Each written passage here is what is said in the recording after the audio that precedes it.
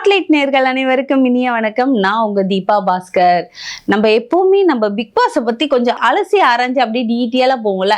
அந்த வகையில இந்த வாட்டி ஒரு பெரிய ஷாக்கிங்னே சொல்லலாம். போன வாரம் நம்மளுக்கு இன்ட்ரெஸ்டிங்க்கு பஞ்சமே இல்லாத அளவுக்கு இருந்தது. இந்த வாட்டி ஏன் இவர் இப்படி பண்ணிட்டாரு ஐயோ அப்படின்ற மாதிரி ஒரு ஷாக் தான் இருக்கு. அதாவது லாஸ்டா நம்ம பேசும்போது காசு பெட்டி வைக்கிறாங்க, இது எப்பவுமே வைக்கிறது அப்படின்னு சொல்லியிருந்தோம். பட் அந்த காசை ஒவ்வொரு டாஸ்கா வச்சு அவங்க பணத்தை சேர்க்க ஆரம்பிக்கிறாங்க. கிட்டத்தட்ட ஒரு 18 லட்சம் வரைக்கும் சேர்த்து வச்சிருந்தாங்க. இந்த காசு யார் எடுக்கிறா அப்படின்லாம் பேசும்போது ஒரு பக்கம் ட்ரிகர், அதாவது இதுக்கு முன்னாடி எவிக்ஷன்ல இருந்து பிக் பாஸ் வீட்ல இருந்து வெளியே போனவங்க ஒவ்வொருத்தரா உள்ள வர ஆரம்பிக்கிறாங்க. அதுல வியானா ஏதோ பெருசா சாதிக்க போறேன், அப்படி சொல்ல போறேன், அப்படி திருத்த போறேன் அப்படின்ற மாதிரி ஒரு பில்டப் உடைய உள்ள எடுத்த உடனே விக்ரம் மேல பாய ஆரம்பிச்சிட்டாங்க. நான் உன்னை பத்தி பார்த்தேன், வெளியே பார்த்தேன், இப்படி பார்த்தேன் அப்படின்ட்டு. அப்புறம் சாண்ட்ரா பக்கம் போச்சு.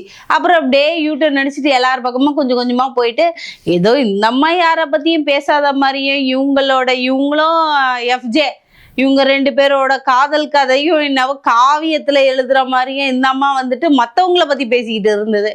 அதுக்கும் நல்ல ஒரு ட்ரீட்மெண்ட் மாதிரியே நம்ம விஜய் சேதுபதி கேட்டாரு, ஏம்மா நீ எல்லாம் ஏத்தி விடுற, உள்ள வரும்போது இதுதான் பேசணும், இதெல்லாம் பேசக்கூடாதுன்னு சொல்லி தானே கூப்பிட்டுருப்பாங்க, அப்போ உங்களுக்கு இது தெரியலையா, அது தெரியலையா அப்படின்னு சொல்லிட்டு ரொம்ப அழகா எப்படி சொல்றது, அடிச்சு திருத்தாம அரவணைச்சு திருத்துறது எப்படின்ட்டு விஜய் சேதுபதி சொல்லியிருந்தாரு. ஆனா இதுல என்ன ஒரு முக்கியமான ஒரு விஷயம்னா, எப்பவுமே விஜய் சேதுபதியோட காஸ்டியூம் வித்தியாசமா இருக்கும். போன வாட்டி எல்லாம் பாத்தீங்கன்னா நம்ம கலகலப்பு படத்துல வர மாதிரி மீசையை காது வரைக்கும் வச்சுட்டு அது ஒரு மாதிரி ஒரு கெட்டப்பா 2 நாளா சுத்திட்டு இருந்தாப்புல. இன்னைக்கு பொங்கல் ஃபெஸ்டிவல்னால என்னவோ ஏதோன்னு தெரியல, பாக்குறது கொஞ்சம் டீசெண்டா நல்லாவே இருந்தாரு 2 நாளுமே.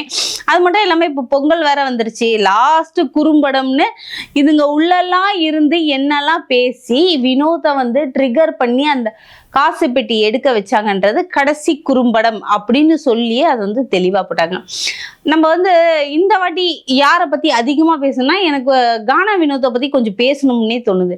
ஏன்னா அந்த டாப் லிஸ்ட்ல ஓட்டு லிஸ்ட்லயும் சரி, மக்கள் மனசுல பதிஞ்சதும் சரி, அதிகமா எல்லா கேம்லயும் டாஸ்க் வின் பண்ணதுலும் சரி, ஓவரால் ஆல்ரவுண்டரா கானா வினோத் தான் இருந்தாரு. இது உண்மை.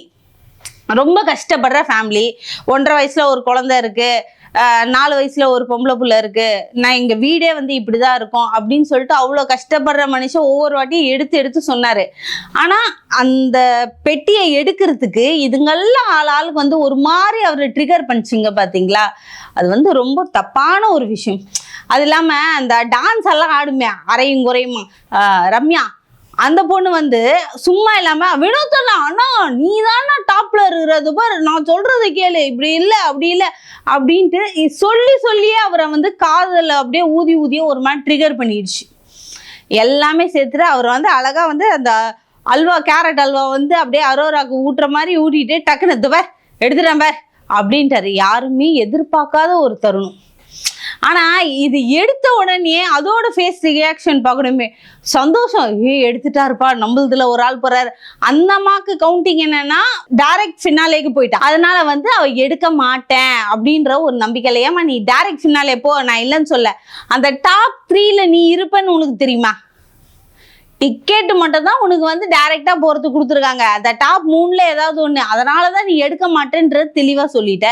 அதுக்குன்ட்டு உன் வேலையை பார்த்து நீ பாட்டுல மூட்டு கம்முன்னு இருக்கணும், ஏதோ ஒரு காசு கொடுப்பானுங்கன்ட்டு சும்மா இருக்க. அந்த மனுஷன் பாவம், அப்புறாணி ஏதோ விளையாடிக்கிட்டு ஒரு நேர்மையா இருந்தாரு, அவரை போய் அப்படியே ஏத்தி விட்டுட்டு இருக்கிற. சரி, அது ஒரு பக்கம் விடுங்க. இருந்தாலும் கானா வினோத் அவர் தான் ஃபர்ஸ்ட் பிளேஸ்ல வர வேண்டியது. அதிகபட்ச ஓட்டம் அவருக்கு தான் இருந்துச்சு, மக்கள் செல்வாக்கு எல்லாமே அவருக்கு தான் இருந்தது. ஆனா இது உள்ள இருக்கிற ஃப்ராடுங்க எல்லாமே சேர்ந்து ஏதோ பேசி அவரை குழப்பி காசை எடுக்க வச்சிருச்சுங்க. அதுக்கும் அந்த மனுஷன் மனசளவு சொல்லிட்டாரு, எனக்கு பிரியாணி கிடைக்குமான்னு எதிர்பார்த்தேன், இப்போதைக்கு கஞ்சோ கூழோ ஏதோ ஒன்று கிடைச்சிருக்கு, அது வரைக்கும் எனக்கு இதுவே எனக்கு பிரியாணி மாதிரி தான், அது வரைக்கும் சந்தோஷம்னு சொல்லியிருக்காரு. அந்த ஒரு பேச்சு, இது யதார்த்தமான பேச்சு, இதெல்லாம் பார்த்தீங்கன்னா எல்லாரும் மனசையும் இடம் பிடிச்சுன்னே சொல்லலாம். விஜய் சேதுபதியெல்லாம் 2-3 வாட்டி ஹக் பண்ணி கிஸ் பண்ணிட்டாருன்னே சொல்லுவேன். ஒரு அழகான குடும்பம், திறமையானவர்களுக்கு கிடைச்ச ஒரு மிகச்சிறந்த வெற்றின்னே சொல்லலாம். சொல்லலாம். ரெண்டாவது இதெல்லாம் ஒரு பக்கம் இருக்கும்போது உள்ள பிரவீன் வந்திருக்காப்ல, பிரவீன் காந்தி அவரு வந்திருக்காரு. இவங்கெல்லாம் பழைய பீஸ்லாம் எல்லாருமே உள்ள வந்தோம்னா நம்ம வாட்டர் மில்லன் வந்ததான் அல்டிமேட். அதுல நம்ம கானா வினோத் சொல்ல, சார் வாங்க சார் கொஞ்சம் வாங்க, இங்க வந்து ஒரு கிணத்துக்குள்ள வந்து ஒன்று பண்ணி ஊந்து கிடக்குது, அது விழுந்து கிடக்குது அப்படின்னு சொல்லுவார் பாரு. அதுக்கேற்ற மாதிரி இவரும் இது வரைக்கும் தண்ணிக்குள்ள அந்த ஸ்விம்மிங் பூல்ல இருந்துட்டு சோப்பு போட்டு குளிச்சு அந்த ஸ்விம்மிங் பூல்ல நாரடிச்சு, யோ நீ எல்லாம் என்னையா படிச்சிருக்க, இதுல வேற அப்போ அடிக்கடி வந்து நான் டாக்டருக்கு படிச்சிருக்கேன், பிசியோதெரபிஸ்ட், நடிப்பு அரக்கன் இதெல்லாம் சொல்ல. ஆக்சுவலா ஒரு ஸ்விம்மிங் பூல்ல வந்து ப்ராப்பரா எப்படி குளிக்கணும்ன்ற ஒரு பேசிக் சென்ஸே தெரியல. நீ எல்லாம் எப்படிதான் இருந்தத, நீ பிசியோதெரபிஸ்ட் எதுக்கு சொல்றேன்னு தெரியல. ஆக்சுவலா ஒரு பேண்ட்ல வந்து பேண்ட்டை விட கீழே அந்த வயிறு வந்து தொங்குது. அந்த பேண்ட்டை விட அவர் போட்டிருக்க பேண்ட்டை விட வெளியே வந்து அந்த வயிறே தொங்குது. இதுல டாக்டருன்ட்டு பேரை வேற சொல்ற. எனக்கு தெரிஞ்சு அந்த மாதிரி சகியா இருக்கிற எந்த ஒரு டாக்டரையுமே நான் சத்தியமா பார்த்தது இல்லை. வாட்டர் மெலன் நீங்க வந்து வேற லெவலு. அதுவும் இல்லாம இப்பெல்லாம் பாத்தீங்கன்னா அவர் வந்து காதல் போன வாட்டியெல்லாம் ஒரு காதலா இந்த தங்கச்சின்னு பார்வதியை சொல்லிட்டே இருந்துட்டு அந்த தங்கச்சியோட ஹிஸ்டரி சொத்து எல்லாமே தெரிஞ்சோட நான் உன்னை கல்யாணம் பண்ணிக்கலாமோ அப்படின்ற. ஐயோ உனக்கு ஏற்கனவே 2 கல்யாணம் ஆயிருக்கு, அதுல ஒண்ணு ஆயிடுச்சு, ஒண்ணு டைவர்ஸ் ஆயிடுச்சு, இன்னும் நீ கல்யாணத்துக்கு ரெடியா இருக்க பாரு புது மாப்பிள்ள மாதிரி. ஐயோ இதெல்லாம் கேட்கும்போது சொல்வதெல்லாம் உண்மைன்னு ஒன்று ஷோ நடக்கும் பாருங்களேன்.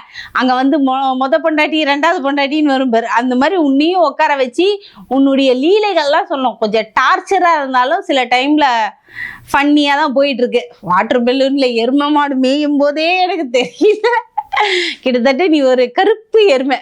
எருமை கருப்பு தான், நீ ஒரு மாதிரியான அதை விட கருப்பு தான் சொல்ல முடியும். நான் எருமை இது வரைக்கும் ஸ்விம்மிங் பூல்ல குளிச்சு பார்த்ததில்ல, இந்த ஆள் மூலியமா நான் நல்லாவே பார்த்துட்டேன்னு சொல்லுவேன். அப்புறம் திவ்யா வந்து எந்த மாதிரி டைப்புன்னே எனக்கு வந்து இப்போ வரைக்குமே புரியல. திவ்யாவும் பிக் பாஸும் பேசுறது ஒரு விதமான ஒரு லவ் சீக்வன்சி மாதிரியே தெரியுது. இந்த அம்மாவை ரசிக்கிறது, கொஞ்சிறது, அப்பதான் அப்படின்றது. அதுவும் இல்லாம இப்போ வந்து எனக்கு தெரிஞ்சு திவ்யா வந்து பிஆர் வந்து அதிகமா வெளியே செட் பண்ணிட்டு தான் போயிருக்காங்கன்னு நினைக்கிறேன். ஏன்னா அந்த அம்மா பழைய போட்டோவெல்லாம் எடுத்து இப்பவும் ரீல்ஸ் போட்டுட்டு இருக்கானுங்க. நம்ம பிக் பாஸ் வீட்டுக்குள்ள திரும்புறது இந்த மாட்டுக்கு கட்டுவானுங்களே உண்மையான சமையல்காரங்களாம் தலப்பா கட்டிக்கிறது, அதெல்லாம் பார்க்கும்போது நீ பிஆருக்காக தான் பண்ற, ஆனா வந்து தெளிவா பண்ற. ஏன்னா வெளியே பயங்கரமா ஆள் செட் பண்ணி வச்சுக்கிற பொழுதுமா இன்ஸ்டா வந்து ஓப்பனே பண்ண முடியல, ஃபுல்லா உன் போட்டோவா போட்டு சாவடிக்கிறானுங்க. டாப் 4 கண்டஸ்டன்ட் தான் இப்ப இருக்காங்க. அதுவும் முக்கியமா சொல்லுமே, நம்ம நடிப்பு அரக்கி ஒருத்தி இருக்கா, நடிப்பு அரக்கன் நம்ம பாத்துருவோம்ல, நடிப்பு அரக்கி வந்து அது வந்து சாண்ட்ரா. எப்படியோ எவிக்ஷன் பண்ணும்போது அப்படியே நெஞ்செல்லாம் குளுகுளுத்துருச்சு. ஏன்னா ஒண்ணு நீ யாருக்கும் சரியா சமைக்க மாட்ட, எந்த வேலையும் செய்ய மாட்ட, எந்த கேம்லையும் வின் பண்ண மாட்ட, ஒன்றுத்துக்கும் உருப்படி கிடையாது, உனக்குண்டு உள்ள ஒரு பர்ஃபெக்ட் ஃப்ரெண்ட்ஷிப் கிடையாது. அந்த மாதிரி ஒரு தண்டத்துக்குன்னு 10 பைசா கூட யூஸ் இல்லாத உன்னை ஒவ்வொரு வாட்டியும் எதுக்காக இருக்க வச்சிருக்காங்க அப்படின்ற ஒரு தாட் வந்து எனக்கு மட்டும் இல்லை, பர்சனலாக எல்லாருக்கும் இருந்துச்சு. லாஸ்ட் டைம் கனியை வந்து வெளியே அனுப்ப போகிறோம் எவிக்ஷன் சொன்னவொடனே எல்லாரோட கேள்வி கனி எப்படி அப்படின்னா, கனி எப்படி, ஏன்னா சாண்ட்ரா ஒண்ணுமே இல்லை, வீக் கண்டஸ்டன்ட். அப்படி இருக்கும்போது கனியை எதுக்கு அனுப்புறாங்கன்ற கேள்வி அங்கே வந்து விக்ரமும் வந்து கேட்டாப்புல எல்லாருக்கும் இருந்ததுதான். இருந்தாலும் இதுல வந்து விஜய் சேதுபதியோட பங்களிப்பு கண்டிப்பா இருக்கணும். தன்னுடைய நண்பன் குடும்ப சூழ்நிலை கஷ்டப்படுறாங்க, ஃபேமிலியில் நிறைய பிரச்சனை, அவர் பொண்டாட்டி போனா போட்டோம் கொஞ்ச நாள் இருந்துட்டு போகட்டும் சொல்லலாம், ஒத்துக்கிறேன். ஆனா அது உள்ள வந்து போட்ட டிராமா சீனு, ஓவர் ஆக்டிங், பின்னாடி பேசினது, ஒட்டு கெட்டது, எவ்வளோ விஷயம் இருக்கு. அவ்வளோ ஒரு வன்மம், பாக்குறதுக்கு நல்லா வெள்ளத்தோல் அப்படியே சாதுவா இருக்கிற மாதிரி இருக்குதே தவிர உடம்புல இருக்கிறது அவ்வளவுமே வன்மம் தான். யாரும் சிரிச்சிடக்கூடாது, யாரும் கொஞ்ச நேரம் சந்தோஷமா இருந்துடக்கூடாது. அப்படி இருந்துட்டா அவங்கள போட்டு அப்படியே அடிச்சு துவச்சி வச்சு ஒரு மாதிரி பின்னாடி பேசி எரிஞ்சு கோவத்தை கொட்டி என்ன மாதிரி ஆக்டிங். எப்பா பிரஜன் எங்க பாருகிற நீ, உனக்குலாம் வந்து கோயில் உனக்குதான் கட்டணும், உன் பொண்டாட்டி கூட எப்படியா நீ வாழ்ற, வேடிக்கை பார்க்குற எங்களுக்கே அவ்வளோ ஆத்திரமா வருது. ஆனா குழந்தைங்க முன்னாடி குழந்தைங்கள பார்த்து பேசும்போது அப்படியே கேரக்டர் வேற மாதிரி எடுது. அச்சோ என்னமா பண்ற அம்மா, ஒன்னும் இல்லைம்மா நான் நல்லா இருக்கிறேம்மா, அப்படிமா எப்படிமான்னு பேசுற. காமருதீன் அன்னைக்கு உள்ள வரப்புல அப்படின்னு கத்துற. அவன் உள்ளதான் வந்தான், எட்டி தான் பார்த்தா அந்த பக்கம், அதுக்கே ஓன்னு கத்துறது. அவன் இப்படி போனவன காலையில அதுக்குள்ளேயே வந்து எப்படி மாற முடியும்? ஆக்சுவலா இந்த ட்ரிக் எல்லாம் எனக்கே தெரியல. நம்மளும் நான் ஸ்கிரீன் முன்னாடி நடிக்கிறோம் கிடிக்கிறோம், அண்ணியனே மிஞ்சிடும் பொழுது அட் அ டைம்ல இந்த அம்மா உடம்புல மட்டும் 3-4 கேரக்டர் ஓடுதுப்பா. குழந்தைங்களை பார்க்க சூ சூ மம்மிக்கு ஒண்ணுமே இல்லம்மா அப்படின்னு கம்ருஜால பார்த்தா அப்படின்ட்டு கத்துது. இந்த பக்கம் விஜய் சார், சார் எனக்கு ஒன்றும் இல்லை சார், நான் நல்லா தான் சார் இருக்கிறேன் அப்படின்னு. எத்தனை கேரக்டர் உங்களுக்குள்ள வச்சிருக்கீங்க பா. திவ்யா பார்க்கும்போது வேற கேரக்டர், திவ்யாவை பார்க்கும்போது வேற கேரக்டர். நேற்று சென்ட் ஆஃப் பண்ணும்போது திவ்யா வந்து நார்மலா வந்து அப்படி கட்டி பிடிக்க போறாங்க. Hello Divya, thank you so much அப்படின்ட்டு அந்த ஹக்கை வந்து அவாய்ட் பண்ணது எல்லாருமே நோட்டீஸ் பண்ணாங்க. அதாவது இது வந்து ஒரு விதமான விஷம். நான் கூட ஸ்டார்டிங்ல வந்து அப்படியோ இப்படியோ அப்படின்னு நினைச்சேன். அதுக்கப்புறம் போக போக தான் டேய் இது பைத்தியம்டா அப்படின்ட்டு. எனக்கு தெரிஞ்சு இப்போ வரைக்கும் அந்த ஃபிக்ஸு கூட ஒரு ட்ராமாவாக தான் இருக்கும். கண்டிப்பாக சொல்கிறேன், ஃபிக்ஸு கூட ஒரு ட்ராமாவாக தான் இருக்கும். ஆனால் அந்த ஃபிக்ஸ் டைமில் வந்து ஆண்கள் எல்லாம் ஓடி வந்து தங்களோட கேமை விட்டுட்டு ஓடி வந்து உனக்கு காப்பாற்றி அது இதுன்னு பண்ணாங்க. ஃபிக்ஸ் வந்தால் எப்படி இருக்கும், எந்த மாதிரி அவங்க மைண்ட் செட் இருக்கும், உடல் ரீதியாகவே அவங்க ரொம்ப டயர்டாக இருப்பாங்க. அடுத்த நிமிஷம்னா ஏஞ்சி ஃப்ரெஷ்ஷப் ஆகி அந்த பெட் மேலாம் உட்கார மாட்டாங்கம்மா. எங்களுக்கும் தெரியும், எங்கள் வீட்லேயே நிறைய பேர்லாம் இருக்கிறாங்க, நாங்களாம் பார்த்துட்டு தான் இருக்கோம். உன்னோட ஆக்டிங் வர வர வந்து அப்படியே அல்டிமேட்டா இருக்குது. அதுதான் எப்படின்றே தெரியல. ஓகே, இப்போ பாத்தீங்கன்னா ஓவரால் வந்து எல்லாருமே ஃபில்டர் பண்ணி வெளியே அமிச்சாச்சு. டாப் ஃபைனலா இருக்கிறது 4 பேர் தான். ஒன்று சபரி வந்து பாத்தீங்கன்னா ஒரு சாதுவானவரா இருக்காரு, நல்ல ஒரு பேசிக் ஹியூமன் பீயிங், நல்ல ஒரு தன்மானம் மனிதாபிமானம் எல்லாம் கொண்டது. அந்த நல்ல பழக்கத்துல என்னெல்லாம் இருக்கோ அது ஒரு டைம் டேபிள் மாதிரி போட்டு வச்சுட்டு அது இருக்கிறது தான் நம்ம சபரி அப்படின்னு சொல்லலாம்.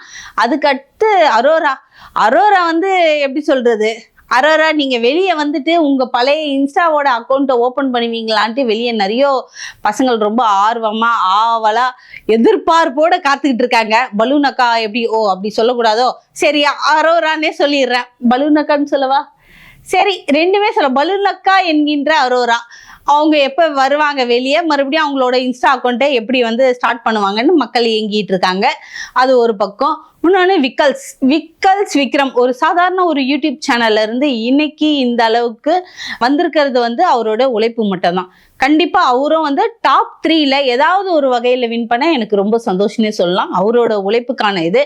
ஆனா யாரு வந்தாலும் வரட்டும், எனக்கு திவ்யா மட்டும் வரக்கூடாதுன்னு என் மனசு சொல்லுது. அது என்னன்னே தெரியலப்பா. 3 பேர்ல யார் டாப் 1, 2ன்னு வந்தாலும் பரவாயில்ல, எனக்கு திவ்யா மட்டும் வரக்கூடாது அப்படின்ற மாதிரி தெரியும். உள்ளுக்குள்ள என்னன்னு தெரியல, ஏதோ ஒரு வகையான காண்டாவே இருக்குது. ஸோ இந்த வாரம் வந்து பாத்தீங்கன்னா அதிகமா எல்லாருமே பேசிட்டு இருந்தது கானா வினோத் எப்படி பெட்டி எடுத்தாரு, ஏன் எடுத்தாரு, இந்த கிசுகிசுகள் தான் போச்சே தவிர இன்ட்ரெஸ்டிங் குறைஞ்சு போச்சு. அது வெளியே ஏற்கனவே ஒன்னுத்துக்கே தேராத கெஸ்டா வெளியெல்லாம் அனுப்பிச்சிருந்தாங்க. அதுங்களும் வேற உள்ள வந்துட்டு வெட்டி கதை பேசி ஊர் கதை பேசியே பாதி வேஸ்ட் படிச்சுங்க. அதனால இந்த வாரம் வந்து பிக் பாஸ்ல பெருசா எதிர்பார்ப்பு இல்லை, கம்மியா தான் இருந்துச்சு. இருந்தாலும் அடுத்த வாரம் வேற ஏதாச்சும் இன்ட்ரெஸ்டிங்கா என்ன இருக்குன்னு பார்க்கலாம். யாரு டைட்டில் வின்னருன்றதையும் பார்த்துடலாம். அப்புறம் இன்னொரு விஷயம் பார்த்தீங்கன்னா, நம்ம எல்லா பழைய கண்டஸ்டன்ட் எல்லாருமே வந்துட்டாங்க. அதுல ஃபர்ஸ்ட்லயே வந்து ஒரு வெளியே போன, அதாவது பிக் பாஸ் வீட்டில் முதல்ல தலை பதவி ஏத்துக்கிட்டது நம்ம துர்ஷாத் வந்து உள்ள வந்த உடனே அந்த ஒரு லவ் சீக்வன்ஸ் பார்க்கணுமே, எல்லாருமே வந்து பாட ஆரம்பிச்சிட்டாங்க. அப்படியே தூக்கி கட்டி பிடிச்சி அப்படியே சுத்தி கித்தி ஒரு மாதிரி ஒரு ஆக்சுவலா இந்த பார்வதி கம்ருதீன் லவ்னு போயிட்டு இருந்தாங்க. அதை விட இதுதான் உண்மையான லவ்வா இருக்குமோ அப்படின்ற ஒரு ஃபீல் கொடுக்குற அளவுக்கு சூப்பரா தான் பண்ணியிருக்காங்க. அந்த போர்ஷனும் ரொம்ப அழகா அற்புதமா இருந்துச்சுன்னே சொல்லுவேன். மீண்டும் அடுத்த வாரம் ஒரு இன்ட்ரெஸ்டிங்கான விஷயத்தோட வருவேன். கண்டிப்பா வந்து யார் இந்த வாட்டி டைட்டில் வின்னர் ஆக போறாங்க அப்படின்னு பாக்குறேன். ஏன்னா உள்ள இருக்க 4 மூஞ்சிலுமே எதுவுமே வந்து ஒர்த்தா இருக்கிற மாதிரி எனக்கு தெரியல. இருந்தாலும் ஒரு சந்தேகத்துல வெயிட் பண்ணி பார்ப்போம். இந்த வீடியோ உங்களுக்கு பிடிச்சிருந்தா லைக் பண்ணுங்க, கமெண்ட் பண்ணுங்க, ஷேர் பண்ணுங்க, சப்ஸ்கிரைப் பண்ணுங்க.